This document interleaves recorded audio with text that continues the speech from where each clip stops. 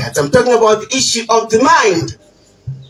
When the colonizers came to Africa centuries ago, they made some of the most amazing people on earth. People so powerful, with well-established religious systems, educational systems, people so strong that they didn't know how were we going to conquer such a people. So they sought out to defeat us where it matters the most, which is the mind. They sent missionaries to come to Africa and teach us about religion. They told us about a place called heaven, where there are angels, the most beautiful. Everybody wants to grow up to be an angel. And they said those angels are white. And they said there's a place called hell. And there is a devil, a monster that everybody needs to shy away from, the mean person. And that devil is black. And prior to that, we had gone to school. They taught us about the colors, white, blue, black, orange, yellow. But they picked up two colors, black and white. They gave attributes to the color white, and they gave attributes to the color black. And as an afterthought, they said, oh, by the way, those angels we told you about, they're white, just like us. We may not look like this white sheet of paper, but don't worry about that. We are telling you that we are white, like the angels. And you may not be black like this tablecloth, but don't worry about that. We are telling you that you're black, like the devil. And when we call you black, you own everything, all the attributes that we have given to the color black. And when you call us white, you give us all the attributes that we have told you come with the color white. This was centuries ago, my brothers and sisters. And what did we say? We said, Amen. We're great with them. I call that number one lie. I don't know about all of you. If I were to ask all of you, where is heaven? Can you point where heaven is? All of you. Where is heaven? It's up there, right? I know about all of you, but I got my own ideas about where heaven is and where hell is. You see, somewhere up there, and I have my own ideas of the gates to heaven and the gates to hell. They've done a great job of creating an image on us of nothing but lies. So as we go around, I often say in the United States, when you're filling out forms, there's only black or white. Why is it that the Chinese are not called brown Americans? Why is it that the Mexicans are not called brown Americans? Because the color brown was not the issue. The issue was to introduce white supremacy. Good morning, Africans. I hope you're doing fine where you are, and if you're not doing fine, please do fine where you are. It's quite a chilly morning. It's cold. Nairobi is cold right now. If you're in Nairobi and you're feeling the same cold, comment down below. How is it taking you? How do you feel about the cold? I really hate cold and I really hate heat. In Mombasa, it's really hot. In Nairobi, it's really cold. But they're the two best places I love in this country. Other places I love in Africa is a country like Nigeria. I love South Africa. I love many African countries. Actually, given the opportunity, I'd love to visit all African countries. We are having a problems with visitations. Africans, we can't just freely go to a place, work over there without causing a problem with our own or others of our own finding a problem with ourselves. The ironical thing is that South Africans, or rather Africans, not South Africans, Africans are quick to call out other Africans, but they would welcome the white people who are even far more distant than that African they're chasing away. This is very ironical. That person whom you should help immediately, you are not doing that. You are helping someone who is afar. You know, they say charity begins at home. And this issue goes to the attention of our very own Madam, Dr. Arikana Chihombori Kwao, who is a medical doctor, by the way. She was the former ambassador of the African Union to the United States of America. And during her times, she really spoke the truth. She was a dare woman. She dared to speak all that which was necessary to speak. Many times, African leaders are afraid to speak because they know that if they speak certain words, they'll be banished. They know if they speak certain words, they won't get the likes they deserve. Maybe in the next vote, they won't be voted, or maybe they won't get the donations. But with Dr. Arikana Chihombori Kwao, it was different. And this time she called out South Africans. In this special video that I found online, we are going to watch it, and then I'm going to share with you my thoughts by the end of the video, where we shall also have a deep critical analysis on this issue of Africans refusing Africans. Let's have a dive. I'm talking about the issue of the mind. When the colonizers came to Africa centuries ago, they made some of the most amazing people on earth. People so powerful, with well-established religious systems, educational systems, people so strong that they didn't know how were we going to conquer such a people. So they sought out to defeat us where it matters the most, which is the mind. They sent missionaries to come to Africa and teach us about religion. They told us about a place called heaven, where there are angels, the most beautiful. Everybody wants to grow up to be an angel. And they said those angels are white. And they said there's a place called hell. And there is a devil, a monster that everybody needs to shy away from, the mean person. And that devil is black. And prior to that, we had gone to school. They taught us about the colors, white, blue, black, orange, yellow. But they picked up two colors, black and white. They gave attributes to the color white, and they gave attributes to the color black. And as an afterthought, they said, oh, by the way, those angels we told you about, they're white, just like us. We may not look like this white sheet of paper, but don't worry about that. We are telling you that we are white, like the angels. And you may not be black like this tablecloth, but don't worry about that. We are telling you that you're black, like the devil. And when we call you black, you own everything, all the attributes that we have given to the color black. And when you call us white, you give us all the attributes that we have told you come with the color white. This was centuries ago, my brothers and sisters. And what did we say? We said, Amen. We're great with them. I call that number one lie. I don't know about all of you. If I were to ask all of you, where is heaven? Can you point where heaven is? All of you. Where is heaven? It's up there, right? I know about all of you, but I got my own ideas about where heaven is and where hell is. You see someone up there, and I have my own ideas of the gates to heaven and the gates to hell.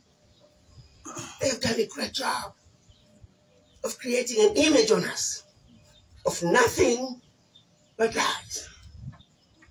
So as we go around, I often say in the United States, when you're filling out forms, there's only black or white. Why is it that the Chinese are not called brown Americans? Why is it that the Mexicans are not called brown Americans? Because the color brown was not the issue. The issue was to introduce white supremacy. The issue was to destroy the African where it matters the most.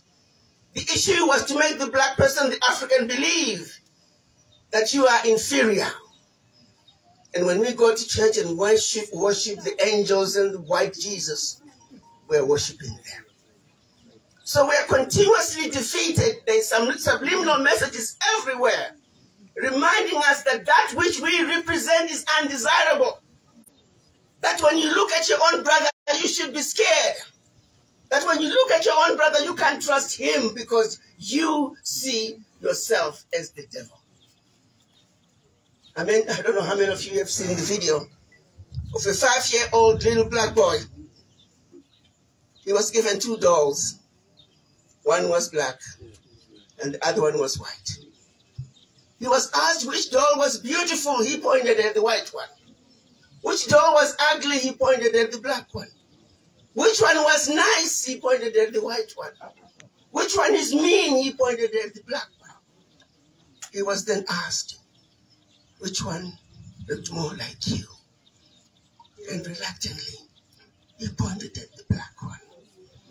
A 5-year-old is defeated before he even begins his life. No self-respecting mother, no self-respecting father, aunt, uncle, grandmother would have sent that 5-year-old and told him that you're ugly because of the color of your skin, that you're mean because of the color of your skin. But because the subliminal messages are everywhere, he is born into a world that teaches him that you are inferior. My brothers and sisters, chiefs and kings, this is 2022. When are we going to denounce this lie? This lie is so powerful. The same 5-year-old boy is going to grow up to be the next minister.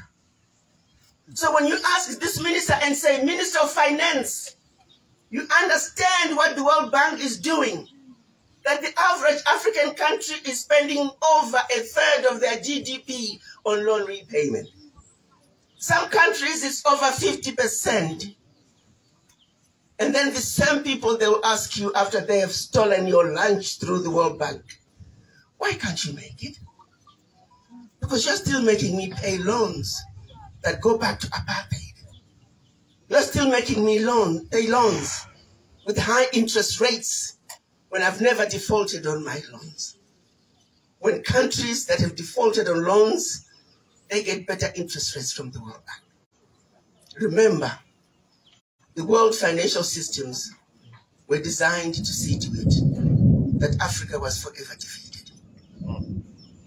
So line number 1, we're talking about the 5-year-old boy who's going to grow up to be the next president of Africa, the next minister, the next CEO. When you go to the boardroom table, when you go to those meetings with a colonized mind, a mind that says, I'm already defeated, a mind that says when you look in front of a white person, your knees buckle in, garbage out. The issue of the mind, whether we like to face it or not, it is a serious problem for us, even here, more importantly, in South Africa, when you can see fellow South Africans looking negatively at other Africans from outside Africa. What is wrong with this picture? What are you thinking? Think of what the world went through to rescue South Africa. And yet we have too many of us who are so goddamn stupid and colonized that they can't see facts for what they are. When you cannot see something so simple, how then do you think you are going to come together and begin to deal with issues of the Bapedi Kingdom? How then do you begin to come together and deal with issues of the Limpopo, of South Africa? Like that 5-year-old boy who is just now grown, but still defeated where it matters the most. I call that issue number 1 of the issues below the ground. We must wake up as a people. We may not like each other as individuals, but when it comes to issues of the Bapedi Kingdom, we must stick together like super glue. When it comes to issues of South Africa, we must stick together like super glue. When it comes to issues of Africa, we must stick together like super glue, because, my brothers and sisters, that's what the rest of the world is doing. Ask for the voices. In my case, you talk about the United States. Ask for the voices of the Chinese diaspora, loud and clear. Voices of the Mexican diaspora, the Irish diaspora, the Jews, the German Americans, the Italians. They stay together like super glue. But when you ask for the voices of us Africans, you might as well go to the graveyard.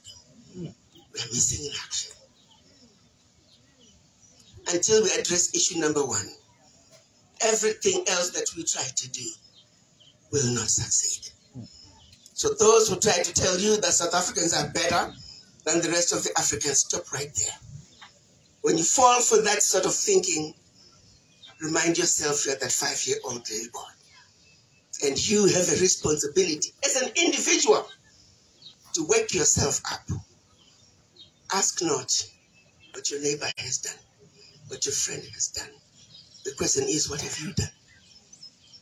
What have you done to wake yourself up so you can be a better citizen that can be part of a whole that's going to do what it takes? I'm the former African Union ambassador to the United States. During my tenure, my mandate included mobilizing the African diaspora from all over the world, not just continental Africans, but also African Americans, Afro-Latinos, Afro-Caribbeans, all people of African descent, to come together, to unite, and participate in the building of the Africa that we want. We must be very clear as we embark on this journey of retaking our Africa back to where Africa once was. I'm talking about the Africa that was the center of the world. I'm talking about the Africa that taught us what it means, we as humanity in general, regardless of our color, what it means to be human, what it means to be civilized.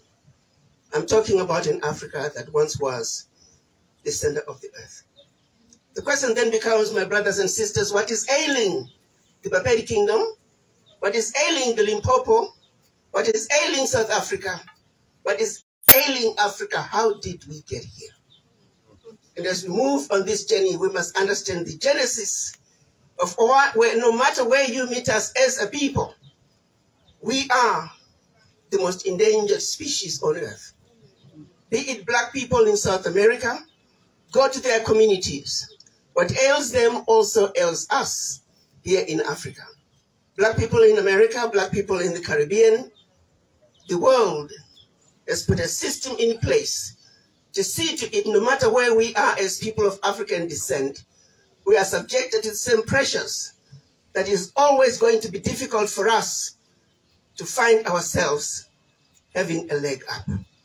I'm talking about the world's financial systems that were created in the 1940s with the sheer understanding that their success is based on the failures of developing nations. Of course, the majority are in Africa. I'm talking of world trade systems that were put in place to make sure that Africa will continue to be the provider of raw materials in order to create jobs for the Western world. I'm talking about the colonizers from the West, who, as they were giving us the liberation of our countries in the 60s, late 50s into the 60s, they simply gave us fake independence, made us believe that we are now free. But what they never gave us, which was really what really matters the most, was economic liberation. The multinationals that existed in all of Africa prior to liberation, they have never left our beloved continent. So it is the multinationals from colonization continue to be in Africa to do so. In actuality, Africa remains under economic colonization. We must understand that those multinationals continue to siphon trillions out of Africa every day, beginning with right here in Limpopo. We have our people surrounded by all these mines. Where is that money going? As we speak today, 75% of all the minerals traded at the London Stock Exchange are coming from Africa. And none of them are owned by us, Africa. That includes minerals coming from a region right here where we are standing. You fail to benefit from what belongs to you simply because of the policies that were put in place back yonder. The question is, where do we go from here? What I find most disturbing is the fact that we as Africans We don't understand the fundamentals of what has been done to us. Allow me to highlight a few areas that I think if we are to understand why this ailing African tree of life cannot come back to life. Let's look at the issues above the ground on this tree, which are the issues they want us to focus on, and they never want us to look at the issues below the ground. The issues above the tree, above the ground, we're talking about poor access to healthcare, poor access to education, poor leadership, poor infrastructure. These are all the trees, the leaves, the branches, the fruits, the flowers of this tree that come and go from one season to the other. They want us to continue to be stuck on stupid, talking about those issues. The question is, why is it that we don't have enough funds to build better schools? Why is it that we don't have enough funds to build better roads? Why is it that our leadership is being sold to the highest bidder? Goes back to the issues of the root. Allow me to talk about issue number one, which is pivotal for us to understand if Africa is going to move forward. If we are going to take a position right here in the Limpopo, in the Barbary Kingdom, to do something about what is happening in our back. After carefully listening to our very own Dr. Arikana Chihombori Kwao, and also connecting back to the message I told you before about Africans disliking Africans, this is not a problem of Africans. This is a problem that came from the West. It boarded a boat and it landed at a place called the Drakensberg, or if you like, you can call it the Cape of Good Hope. This is the place where we had the first instance of this problem, where we were told black is bad, white is good. Okay, let's wait. I want us to dissect every instance that this woman has explained, and let's have a reference to how it affects the modern world. First of all, we need to understand that the black race, the black people, makes the minority of the total human population. That one we have to agree on. The black people are the minority. For this reason, because we are the minority, black people are endangered species. Black people are not liked everywhere they go. Anywhere a black person goes, there is a possibility of him being killed. Actually, possibilities rises high. The United States of America, if a black person is involved in some instances of catches, maybe bank robbery, just think of it. If maybe they had some white counterparts, the black person is likely to be shot and the white person is likely to be taken to jail. And this woman is telling the truth. But we are like animals who are close to becoming extinct. It's only that black people cannot be wiped out. Dr. Arikana Chihombori Kwao has talked about Africa's failure is the West's success. He has said when Africans fail, or rather when black people fail, is when the white people find success. When we fail in our disunity, they find their unity. This was shown during the Berlin conference. They had to come here because they knew they had something they want. They saw something they wanted from Africa. They had to develop a plan that would enable them to extract our resources. While we are fighting each other, or while we are fighting their fights, such as the World War, the World Wars, the 1 and 2, they were busy here looting our materials and building their nations at the expense of Africa's poverty. You know, you shouldn't base your success on someone else's failure. Your success should be independent of someone else, whether they fail or whether they succeed. If it's good, someone else's success should also be your success. She also said that Africans were given false independence.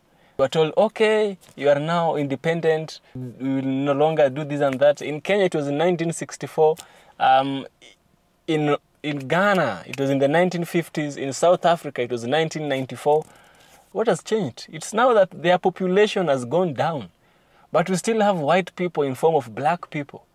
We have black people who are these very people who are mistreating fellow Africans. These leaders we elect into power are mistreating us. and as ourselves. We have the independence, in quotes, which is a false independence, but we don't have economic independence. Julius Malema puts it well: economic freedom fighters.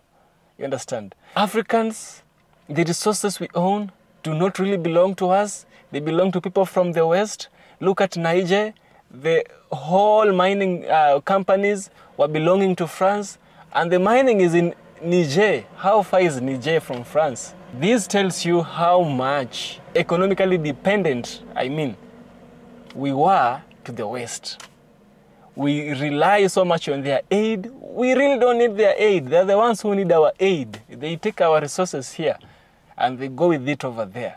Our wicked leaders sell them our resources. This is something that African leaders have been doing for a very long time. And it's good that Dr. Rikana Chiombori Kwao has come forward and she's explaining it. So our resources are not ours. Our resources are for the West. Our resources are made for them. Our resources here do not help us at all. They're theirs. The West want us to be stuck in the past. The cars which are imported are used cars like 8 years old. This car might be 8 years old. There they have the latest. Here they export things that they have used and they are tired of them. Then they send us over here. Why? Why should we? The materials used to build this is taken from Africa. The electronic that you are watching you are watching me from was made out of cobalt. Cobalt is a special metal that is found in the DRC. Look at the DRC how it looks like. It's the average person in DRC suffers a lot. Children are crying, children are dying. Patrice Lumumba was killed. Mobutu Sese Seko did what he did. Leopold did what he did. That country is full of chaos. I really don't think that country will ever have peace until God returns. It's until God touches it that this country will know peace. My goodness. It's called exploitation. Now, black people have been demonized. Black people have been made to look like the demon. You know, the West has taken all the colors and divided them into two, black and white. They said the good things are white. For instance, Dr. Rikana Chiombori Kwao, she has said that angels are white. And look at me, I'm white. So, I am an angel. Demons are black. Hell is black. Look at your color. You're black. Jane Elliott, the one I did a video about, did an experiment about the blue eye, green eye experiment. You saw the results. Blue eye, green eye, and the brown eye. There's another one about the doll, the brown doll and the black doll. A black child was asked, which doll is good? She pointed the brown. Which doll was bad? She pointed the black. Which one would you choose to play with? She chose the white. What color are you? She chose the black. What does that tell her? It tells her you are bad already. A 5-year-old child being told you are bad. Ah, goodness. It's sick. It's sick. If you come to think of it, it's very, very sick. It's sick. It's sick. 5 years old. Growing up. Learning that they are bad. But in the holy scriptures that the West uses, they twist it. The West twists the truth to fit their narrative. You know, the Bible says, we were all made in his image and likeness. And after God finished his creation, that is on the 7th day, he sat back and rested. He looked at everything he made. And he said one thing that I find very interesting. Yes, everything that God made was good. Good by God's standard, not good by human standard. Humans, we've been corrupted by our greed, by our selfishness, to make other people feel less of themselves at the expense of us feeling more of ourselves. White is good, black is bad is all a false narrative that was here to brainwash Africans, to make them feel less important, to make them feel inferior. The black person is totally against the black person. Because when a black person, as Dr. Rikana Chiombori Kwao stated, A black person sees a black person and sees an enemy. A black person sees a brown person and sees a friend, even if they don't know that person. How long should people understand that? Do not judge the book by the cover. Don't do that. You don't judge the book by the cover. You'll be totally surprised by your findings. No, you don't do that. You don't do that. Look at what happened in Equatorial Guinea. If you look at that guy, he looks like a church boy. He totally looks like a church boy. Look at what he did, slept with 400 women. Now, if you come back and look at it, a black person sees another black person and sees an enemy, but when he sees a white person, sees a friend. I've experienced this on my very own country. A black person will treat me badly. I'm also a visitor. I came to see the animals the same way the white person came to see the animals. But you think that I am an enemy, maybe I came to steal, that this white person is a good person, is an angel, and he didn't come to steal. I'm in my own country, and you're doing that shit on me. You understand? By the way, the other day I went to a safari. I recommend that you take some time to Nairobi. Nairobi is the only capital in the whole of Africa, the whole world, that has a national park, national park. It's so huge, I'm telling you, it's so huge. So huge. I went there the other day. How I experienced things. I experienced racism. That was racism I saw. Treatment of how we are treated and how they are treated. No. Africans, black people need to wake up. We just need to wake up, guys. No excuse on this. We need to wake up. Black people, as a brother might look at it, black represents the undesirable. Anything, just come back and think of any undesirable thing. That is black. That is black according to the white supremacist. And it's so sad that we even look at ladies and we think of that narrative. We forget there's black and beauty. Come on, brownness, having a light skin is not a standard of beauty. Not anymore. No. If you think that way, then your mind is backward. Just because you have a light skin does not make you beautiful over the other lady who has a black skin. No, don't think that way. There is a level that when a man reaches, a mature man, they don't see that color. They see your behavior. You understand? They see your behavior. Your reputation precedes you. So guys, that's all for today. I hope you learned something from this powerful video, from my commentary, and from the video that was done by Dr. Arikana Chihombori Kwao. If you do, kindly subscribe, support us on Patreon, give something to support the channel, donate on Patreon, become a member, subscribe, do all that. We shall surely appreciate. And thank you so much, guys, for showing support. Remember, love yourself, you black person. Love yourself. If, you know, that tree which has ripe fruits is that tree which will be thrown stone at. So if people are not talking about you, if people are not disliking you, you got nothing special. Because you have something special, you'll be banished. This is EFK, Original Documentaries.